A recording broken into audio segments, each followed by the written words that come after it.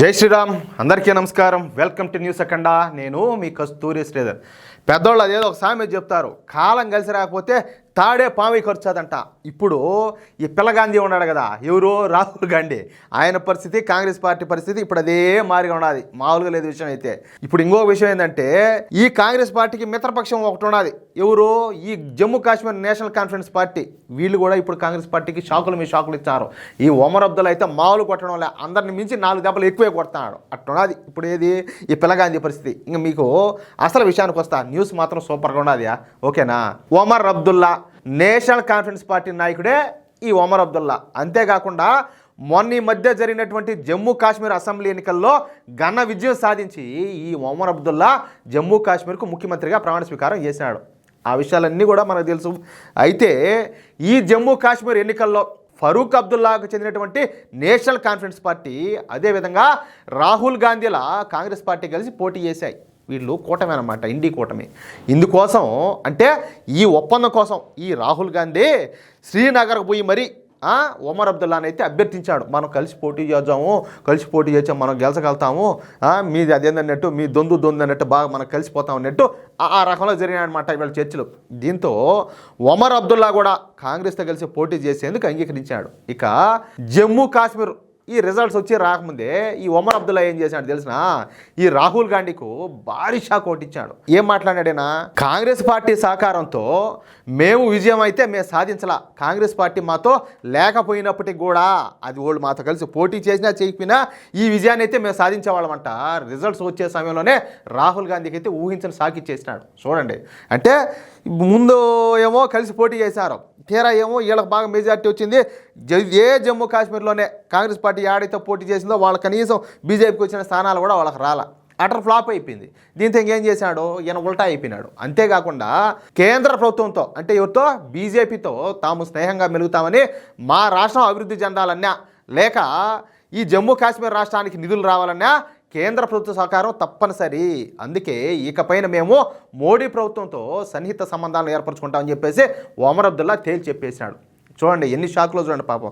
ముందుగానే అంతంత మాత్రము, దానికి తోడు ఈ మారి షాకులు, కరెంట్ షాకులు ఇచ్చినట్టు ఈ షాకుల మీద షాకులు ఇచ్చే బతాడు. అసలు ముందుగానే పిల్లోడైపోయా, పసిపెట్టేయా స్వామి, ఏందో ఈ మారి చేస్తున్నారు అందరూ కలిసి. ఈ విషయాలను అప్పట్లో నేను మీకు గుర్తుండే ఉంటుంది, ఏది పాత వాళ్ళకైతే కనీసం ఒక 2-3 వీడియోలు చేసిన ఇది ఒమర్ అబ్దుల్లాకు సంబంధించే. అయితే మొన్న ఈ మధ్యన ఈ మహారాష్ట్ర అసెంబ్లీ ఎన్నికలు జరిగిన సంగతి మీకు తెలిసిందే. ఈ ఎన్నికల్లో భారతీయ జనతా పార్టీ కూటమి ఘన విజయం సాధించింది. కాంగ్రెస్ కూటమిలో ఉన్నటువంటి ఏ పార్టీకి కూడా కనీసం ప్రధాన ప్రతిపక్ష హోదా కూడా దక్కల. ఏది ఈ కాంగ్రెస్ పార్టీకి కావచ్చు, లేకపోతే ఈ ఉద్ధవ్ ఠాక్రే శివసేన పార్టీకి కావచ్చు, అదేవిధంగా ఆ శరద్ పవార్ ఎన్సీపీ పార్టీకి కావచ్చు.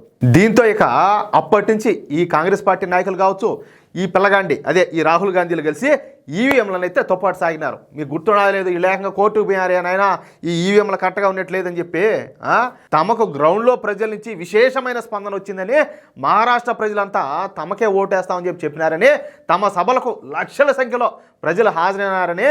కాబట్టి తప్పంతా కూడా, అంటే మేమైతే గెలిచిందాము, మేము గెలిచలేదంటే ఈ తప్పంతా కూడా ఈ ఈవీఎంలదే. ఈవీఎంలను కేంద్ర ప్రభుత్వం మ్యానిపులేట్ చేసిందని చెప్పేసి పూర్తిగా ఈ ఈవీఎంలను తప్పు పడతా ఏలా ఈ కాంగ్రెస్ పార్టీ వాళ్ళంతా ఇంకేమైనా గోల్ చేశారు. మామూలు చేయాల పోయమ్మా, వీళ్ళ కథలు మామూలుగా లేవులే. ఈ ఈవీఎంలను తప్పు పడతా ఒక్కొక్కరు ఒక్కొక్క రకమైన స్టేట్మెంట్, విచిత్రమైన స్టేట్మెంట్లను ఇచ్చారు వీళ్ళంతా కూడా. దీంతో ఇప్పుడు ఈ ఒమర్ అబ్దుల్లా మళ్ళా రంగంలోకి వచ్చాడు, సీన్లోకి వచ్చాడు. ఇండి కూటమి నాయకుడైనటువంటి ఈ ఒమర్ అబ్దుల్లా మాట్లాడతా, రాహుల్ గాంధీ కాంగ్రెస్ పార్టీ నాయకులు చేస్తున్నటువంటి ప్రచారం పూర్తిగా తప్పు, ఈవీఎంలను తప్పు పట్టడం 100కి 100 పాళ్ళు తప్పే. మీరు గెలిచినప్పుడు ఈవీఎంలు కరెక్ట్గా పనిచేస్తున్నాయంటూ సెలబ్రేట్ చేసుకోవడం, చూడండి ఈ పాయింట్ బాగానండి. మీరు ఓడిపోయినప్పుడు ఈవీఎంలను హ్యాకింగ్ చేసినారని చెప్పేసి తప్పు పడతా గొడవ చేయడం ఇది సరైన పద్ధతి కాదు. ఇవే ఈవీఎంలతో జమ్మూ కాశ్మీర్ ఎన్నికల్లో మేము గెలిచి చూపించినాం. ఒకవేళ మా పార్టీ ఓడిపోయినప్పటికీ కూడా మేమైతే ఈవీఎంల మీద మేము తప్పేసేవాళ్ళం కాదు. అసలు ఈవీఎంల మీద నింద వేయడం అంటే అది మీ చేతగాంతనమే అవుతుందని చెప్పి మాట్లాడాడు. చూడ మన కూడా పో ఎంత మాట్లాడాడు స్వామి. పొద్దస్తమానం ఈవీఎంల మీద పడి ఏడవకుండా మీ పార్టీ ఎందుకు ఓటమి పాలవుతుందో అన్న విషయాల మీద ఒకసారి పోస్ట్ మార్టం నిర్వహించుకోండి, అంటే ఆత్మ పరిశీలన చేసుకోండి అని అర్థం అనమాట ఒక రకంగా. అప్పుడే భవిష్యత్తులోనైనా కూడా కొన్ని ఎన్నికల్లో మీరు గెలిచే అవకాశం ఉండదంట. కాంగ్రెస్ పార్టీ నాయకులకు అదేవిధంగా ఈ రాహుల్ గాంధీకు ఒమర్ అబ్దుల్లా బాగా గట్టిగా గడిపెట్టాడు. అంతేకాకుండా కేంద్ర ప్రభుత్వం ఈ సెంట్రల్ విస్టా ప్రాజెక్టును ప్రారంభించిన సంగతి మీకు తెలిసిందే కదా. అయితే ఈ సెంట్రల్ విస్టా ప్రాజెక్టును కాంగ్రెస్ పార్టీ రాహుల్ గాంధీలు పూర్తిగా వ్యతిరేకిస్తున్నారు. ఇందుకోసం కాంగ్రెస్ పార్టీ ఢిల్లీలో పెద్ద ఎత్తున నిరసనలు కూడా చేపట్టాలని చెప్పి ప్లాన్ చేస్తుంది. వీళ్లకు డెవలప్ అవ్వడం ఇష్టంలే, భారతదేశం డెవలప్ అవ్వడం ఇష్టంలే. వీళ్ళకి ఎంతసేపటికి ఏంటంటే పక్క దేశాల నుంచి బాగా తెచ్చుకొని వీళ్ళు జోలులో పెట్టుకొని ఈ దేశాన్ని ఎదగనీయకుండా, దేశ ప్రజల్ని ఎదగనీయకుండా ఉంటే వీళ్ళు బాగుంటుంది, ప్రశాంతంగా బతుతారు వీళ్ళు. దేశం ఎదుగుతూ ఉంటే వీళ్ళు తట్టుకోలేరనమాట అట్లా. కానీ ఈ విషయంలో కూడా ఒమర్ అబ్దుల్లా మాత్రం ఈ సెంట్రల్ విస్టా ప్రాజెక్టుకు మద్దతు పలికినాడు. ఇది మన దేశానికి అత్యవసరమైనటువంటి ప్రాజెక్టు. కేంద్ర ప్రభుత్వం అన్నీ ఆలోచించే ఈ నిర్ణయం తీసుకుంది. ఇది ఒక అద్భుతమైన ప్రాజెక్ట్ అంట. ఈ ప్రాజెక్టు గురించి ఎంతో గొప్పగా మాట్లాడినాడు. అంటే ఈ విషయంలో కూడా ఒమర్ అబ్దుల్లా రాహుల్ గాంధీకు స్ట్రాంగ్ డోస్ ఇచ్చాడనమాట. ఈ లెక్క ప్రకారం ఇండి కూటమి పార్టీలలో రాహుల్ గాంధీ మాటినే పార్టీలే కరువైపోయినాయి. రాహుల్ గాంధీను ఏ మిత్రపక్షం కూడా కనీసం లెక్క చేయకపోవడం ఇక్కడ ప్రతి ఒక్కరు కూడా గమనించాల్సిన విషయం. అది ఆ మ్యాటరా. అదే నేను చెప్పేది కూడా. ఇప్పుడు గెలిస్తే మన గొప్ప. అదే కనుక వాళ్ళ ఇప్పుడు హర్యానాలో కానీ లేకపోతే మొన్న మహారాష్ట్రలో కానీ వీళ్ళు గెలిచినట్టే మామూలుగా నుండి వీళ్ళ కథన ఏళ్ళ రికార్డ్ డ్యాన్సులు ఎదురు ట్రాక్టర్ మీద ఎక్కేసినట్టు జిగ్గుచిక్కుమని ఓడిపోయినారు. కనీసం ఎందుకు ఓడిపోయినాము కనీసం ఆలోచన కూడా లేకుండా ఎంతసేపటికి ఈవీఎంలు తప్పంటే ఎట్టా?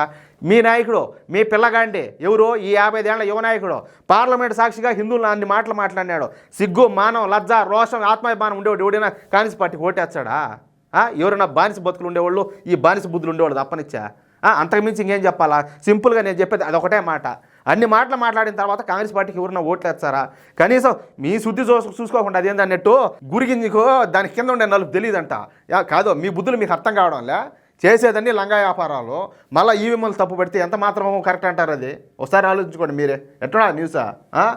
నేను చెప్పింది కనుక కరెక్ట్ అని చెప్పి మీకు అనిపిస్తే ఈ న్యూస్ నలుగురికి షేర్ చేయండి. అదేవిధంగా తప్పనిసరిగా ప్రతి ఒక్కరు కూడా మిత్రులారా మీ యొక్క అమూల్యమైన అభిప్రాయాలను కామెంట్ రూపంలో తెలియజేయండి. సబ్స్క్రైబ్ చేసుకోవడం మాత్రం మర్చిపోవద్దు ప్లీజ్. జై శ్రీరామ్.